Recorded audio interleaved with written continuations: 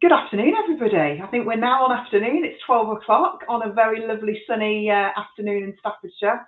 Welcome to this LinkedIn Live, hosted by Wagstaff Recruitment Careers Coaching. And we decided, after I visited a UTC, which I didn't know existed, which is a University Technical College, and I learned about T levels, my mind was blown, and then I started talking to lots of other people who didn't know what they were, and so we thought we need to do a bit of an insight. So I've invited Colleen Bauer. Is it Bauer or Bauer? I should have asked you that before. It's Bauer. Bauer, thank you, because I've been calling you Colleen. So I've invited Colleen along to talk about T levels. I'm going to let her introduce herself and the company and the organisation that she works for in a moment, and we're going to dive straight in because there is a lot to try and cover in. We've planned a 30 to 45 minute session, depending on the questions that we get asked. So please, any questions, please pop those in the chat.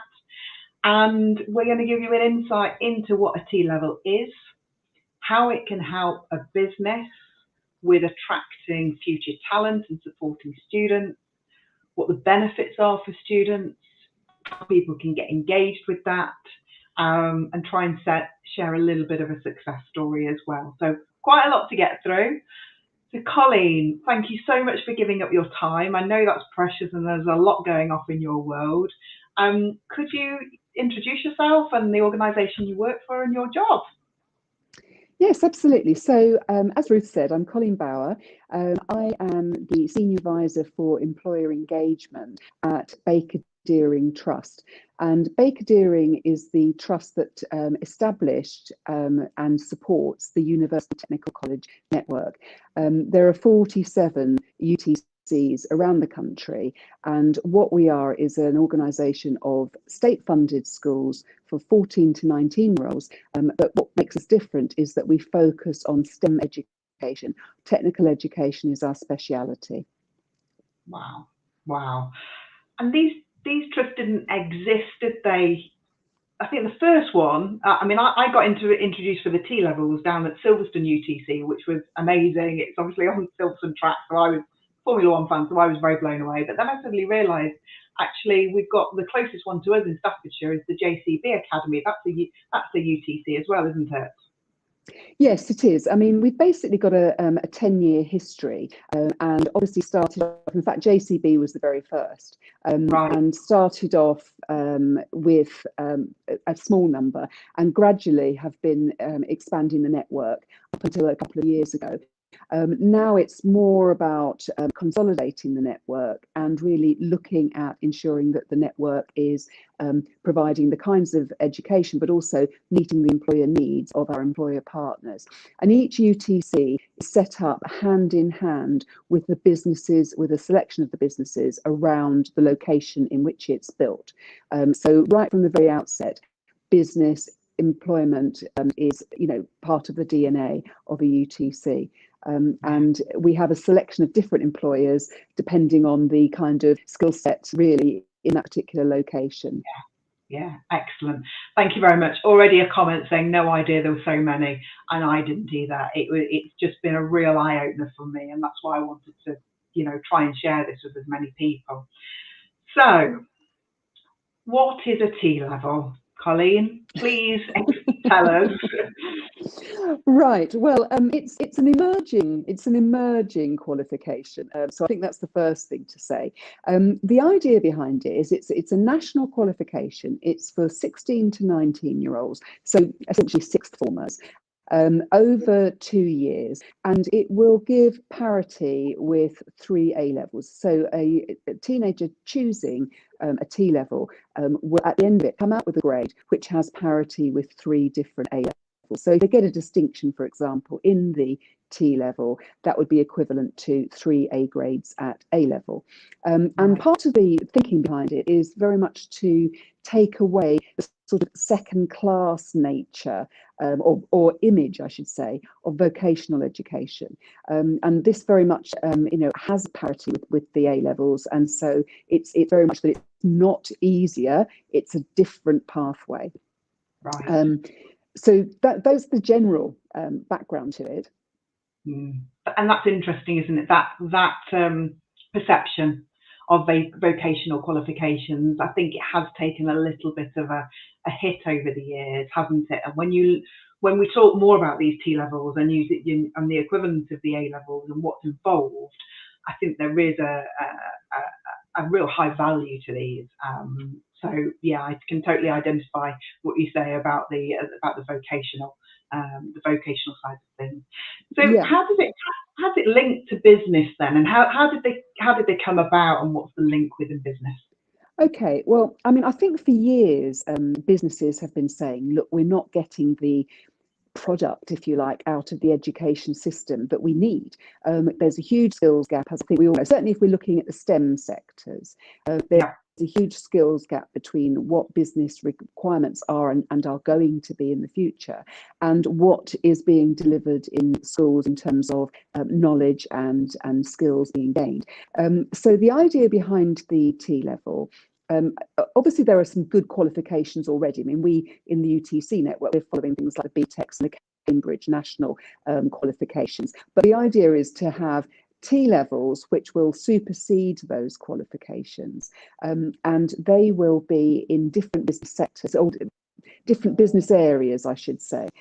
So effectively, there are T levels in, for example, administration. There are T levels in engineering, T levels in digital, T levels in sort of health sector, different areas of business where we know that there are going to be skills shortages.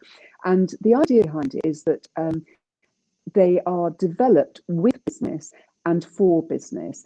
And I guess that should be really seen almost hand in hand with apprenticeships. Now, in an apprenticeship, typically a student will spend 20% of the time in classroom and 80% on the job learning. Whereas with a T level, it's the other way, the balance is the other way around. So it's 80% in classroom and 20% on the job. But that's very different from work experience, which a lot of employers will be familiar with. With work experience, a youngster will spend typically 2 weeks shadowing someone in a particular work environment. Now, T levels are different from that. The industry placement is 45 days or 315 hours, and that can be experienced in negotiation with an employer. That can be experienced in different ways. It can be experienced in sort of like a day a week basis, or it can be experienced in a block. But the idea is that when they are on site, they are doing something that is a real piece of work. It's not shadowing, it's actually getting involved. So if you look at that, clearly there's a lot of preparation that's needed before the young person can come on and actually get involved in a job. And that's what we're really, wanting to discuss with employers, is that the earlier they get involved with the idea and the concept, then the earlier we can actually start to ensure that the young people are prepared well enough for when they come on an industry placement, that they can be of use and that they actually are a genuine part of the team, just like they are when they're an apprentice. Yeah, and I know when we were talking about this subject, it is about the businesses getting involved, so it works for them and there's value for them, but there's also value for the students. I've heard examples about businesses that have had teams of people. So they've had lots of 5, 6, 7 young people coming into their organisations and working on a project which was clearly defined. And then at the end of it, you've got those outcomes that you can measure, can't you, of, well, they've done this project. Have they, as a student and a young person, have they enjoyed it? They've had an insight into, well, let's say the food industry. If you've suddenly got a food manufacturer that wants to take, say, 4 engineering students, and you give them a project to look at a piece of machinery and maybe evaluate how it's working. At the end of that time, the students have got a feeling of accomplishment of what they've been involved in a project, and they've fed back to maybe the business, and the business have witnessed 4 young people who might then want to, because it leads into an apprenticeship. These T levels can lead into an apprenticeship, can't they, with an organisation?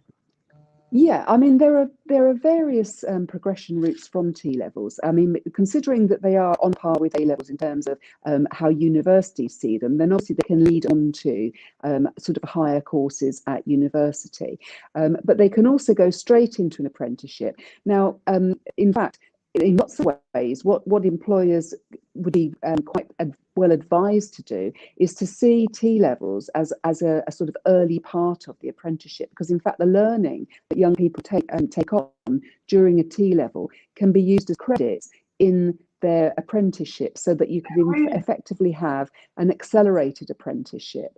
And so that's something that we need to look at. But even if they're not going to do that, I think it's about looking at when employers are planning their early careers intakes, their apprenticeship intakes, they would be looking at what sort of tasks people are going to be doing, what kind of induction they're going to have, and really what they want to be thinking about is, well, okay, and then how are we going to do that with the T level students, and see them almost as like the first rung on the ladder of a career.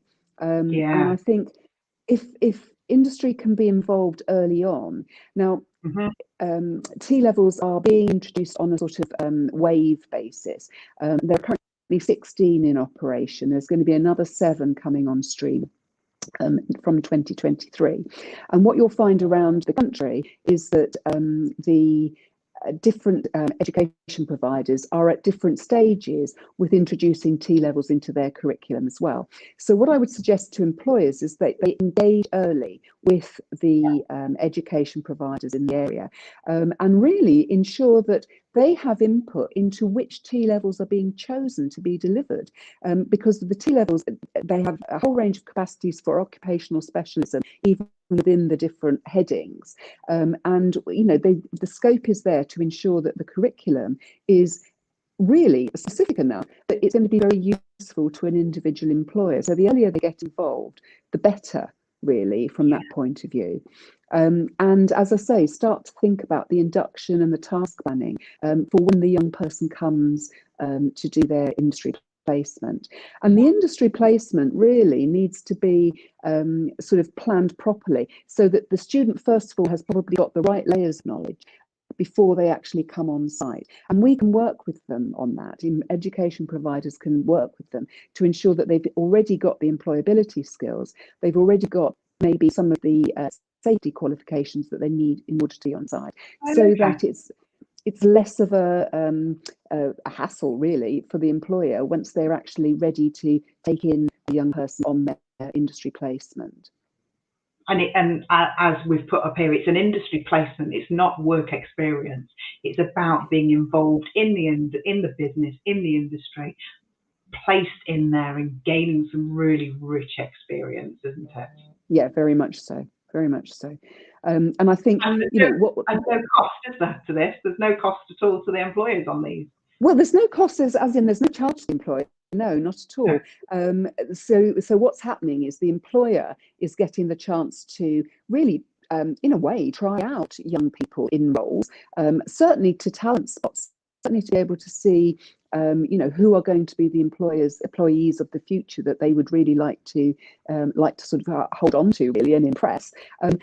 The young people are getting real life experience. They'll already have probably, certainly if they're with the UTC, they'll have worked with industry grade equipment. They'll have had employer led projects where they already understand about working in teams and that sort of thing. But what they'll get on the actual placement is exactly how a particular type of activity that they'll learn the theory behind it operates in real life, and they'll see what it's like to be part of the employer team. Obviously, there is a cost of time to the employer, in that the earlier that they get involved and help with the planning and make sure that they are looking carefully at what they need in the young people who come on industry placement, and the more successful it's going to be for them. And you know, we can make sure that the young person gets the kind of experience that's going to be useful if they were to go on to employment with that employer. So there will be a time investment, but really, if it's done early on, then that effectively saves time later, and so they can recoup the time because young people will already have been inducted into that company's ways. Yeah, absolutely. So Mike's come up with a comment, and I'm just going to acknowledge it and say, Mike, we've got it planned for towards the end. He said, lots of upsides, any downsides. Let's keep on the upsides for the minute, and we'll tell you the bits you just need to be aware. We will be covering that off, I promise. I just wanted to come back to you about the UTCs, because I think, again, people might not be aware of the real high level of technical equipment that these students work on in a UTC, because you get the employers to, they donate machinery, don't they? Within certainly what I saw at Silverstone is we've got, there was a lot of really high tech stuff that these students were working on, and it was like going into a workshop, very clean environment, high level CNC equipment, and they're really getting exposed before they've even gone out to an employer. The technology at these UTCs is phenomenal. Yes, I mean, we've been very fortunate in that the model required us to have industry partners to set up each UTC. And as part of that, a lot of those industry partners invested in terms of, looking at, certainly guiding what kinds of machinery, and also, in a number of cases, sponsoring that machinery, so that we've got the right level. Because I think one of the things that employers have often said is that, it's all very well teaching young people, about, let's say, engineering, but if they're working on equipment that they're not actually going to be using because it's now outmoded, it's not particularly useful for them to hit the ground running when they actually come on site. So the more that our young people are exposed to the right kind of equipment, the better. So all of our UTCs are really highly equipped with the latest technology and machinery, and they are taught from day one, which would be when they join us at typically age 14, of practice in that kind of workshop, safety, all of the things that we need to, we want young people to be thinking about when they go into a real workplace. Yeah. As I say, I was blown away when I went into them, and I've researched all of your other sites, and I think the people that are wanting, that very practical experience to really, get their enthusiasm going. You could see that, and you could see them. They've learned the practical, which led on to other skills within working and within that environment. I think the thing also that surprised me in a nice way is, I say I'll refer back to Silverstone because it's the one that I went to, but they were working 9 till 5, getting them used to working in a business environment. They were dressed in business attire. And then they went into the workshop, and they changed into the attire that you would typically wear if you were in a workshop.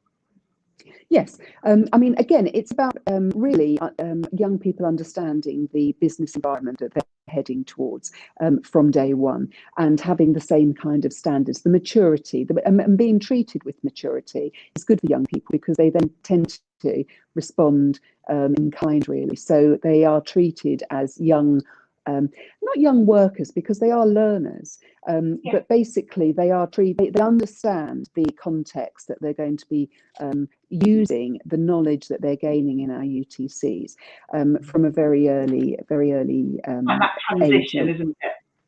Yeah, it is. And in fact, some people are suggesting that with T levels, there might need to be a transition year between leaving a typical education provider and actually taking up a T level.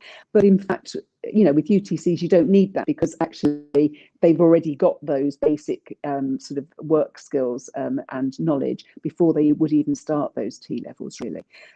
So I think, I mean, as one of your correspondents said, then, maybe there's some downsides, but just to I think the issue is that they are new, and they are unknown, and there's a lot of myths and sort of false ideas about what T levels are about. A lot of people seem to be focusing on the fact that it's a 45-day placement, and that sounds like quite an onerous kind of placement for an industry to support, especially smaller businesses who have capacity issues. And there's no doubt that potentially could be an issue. But as I say, I think if you see it as pre-employment as a necessary stage of pre-employment rather than an extra work experience. That's one thing that will help. I think the fact that you can actually structure those 45 days in different ways. So as I say, it can be, for example, if you've got apprentices who are doing 20% in the classroom and 80% in practice, maybe it could be that the industry placement for a T level actually takes on some of the work of those apprentices when they're in the classroom. So you could actually fit it in with your apprenticeship in that way. I think also there is a possibility for different industries, different employers to share a 45-day placement. Now, at the moment, it's only able to be shared between two, but that would help with some of the smaller companies who then would have maybe half of the work placement responsibility, 22 days each, say. Yeah, because that's the balance. I'm going to pick up my comment in a minute, but we've just had some comments saying that the streaming's not too great. I was going to ask Mike and Pete to confirm, because I know they're engaging quite a lot on here, that everything's okay with the streaming. Mike, you said that your streaming's okay. Pete, if you can let me know if you're okay as well. I'm not sure. I was going to stop, but I think we're good. So just to acknowledge the comments that have been coming through on the streaming.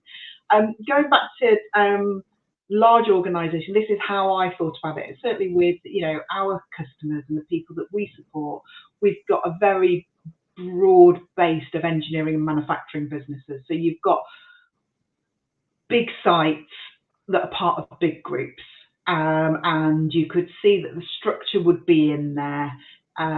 They probably got apprentices who could be their mentors, and there's something in there already in place. And the people that often struggle in all of this is the SMEs. Gosh, we would love an apprentice. We would love somebody like this, but we don't have the capacity to be able to support this learner.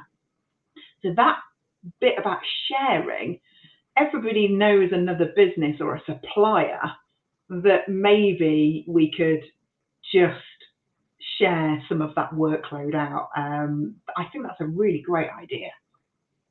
Yeah, I think so. And again, I feel that if people will actually start talking to their education provider earlier, then we can actually start to look at how it could fit in with their business and not be a burden, but in fact be an advantage to them. So I think, again, sometimes employers are used to, usually it happens around May, June, getting loads of phone calls from education providers saying, oh, can you take someone on work experience? And I really feel that sometimes the thinking about T levels is that it's going to be 45 days of work experience that they're expecting us to take now, and it's not the same. As I hope we've highlighted earlier, it's a different approach, and actually hopefully one that will be more useful to employers.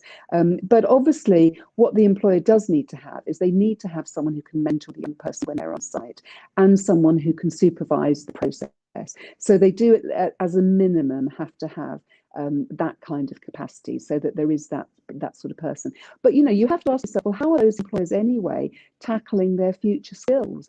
They've got to give attention to being able to. I mean, we're dealing with a lot of employers, and some of them, are very niche, and they admitted that in fact they've ended up with a workforce of old men. Who really what they need is they need a diverse workforce of younger people who are the future. But to get from the family and friends based kind of recruitment model, which a lot of these more craft-like industries have gone, to having a future skills pipeline, there is that need to engage, really. I don't think there's a way around it, but there is a way that we can actually work with them to help. Yeah, absolutely. And obviously I'm a massive advocate of this. And for me, I think that if you can build that partnership with a provider, and we'll talk about who are the providers and how that works, but if you can, then you can build this relationship where you know what's coming for the year ahead. So, for example, one of our local schools has sent out their programme for next year. So they've got a little bit of a pinch for some October work where they need some mentoring doing, but they've actually said, we would like to do this assembly next year, this and this, can we have some volunteers? So when you're working in partnership, you can plan a year in advance and think, well, we're going to need these students to have some work experience. Who can we engage with? Who can we work with? Who's interested? And for me, it is all about that planning piece, isn't it? It is, and I think also, it could be looked at as there are different models of introducing T-level engagement, really. So some employers have actually gone the route where they've worked with their local education provider and actually identified a job description effectively for the T-level person that they're going to want to take on. And they've gone through an interview process, a typical assessment centre type process in order to identify the future T-level students that they're going to accommodate on their industry placements. And having done that, that means that they then have not ownership, that's probably not the right word, but they have sponsorship in a way of that young person through their first maybe more theoretical part of the course, so that they're ready for them when they come on their industry placement, and they have already looked at deciding that's the kind of young person that we're looking for within our team, etc., etc. So you can do it that way. Obviously, there are other ways of doing it as well, which is that an education provider anyway is providing a T-level course, and at the end of it, there will be some very well qualified and very practically qualified as well students that could be potentially part of the early careers intake. So there are different models, and again, I think it's down to employers to really look at, well, what model's going to suit, who can I talk to about it, and let's get having some dialogue really about it. So I'm going to start popping some links in the chat for people to look at about what is a T-level. I think we've got hit and miss on transmission. So I think for save people getting frustrated, I'm going to pop a load of links in the chat, and we'll try and wrap this up and talk about the education providers and next steps of what people to do. So how can somebody identify an education provider? Right. Well, there are several ways of doing that. One is the government itself has got a T-level website, and I think you've got the link there, Ruth, to the it basically says find a T-level provider, and you put your postcode in and you get T-level providers in your area.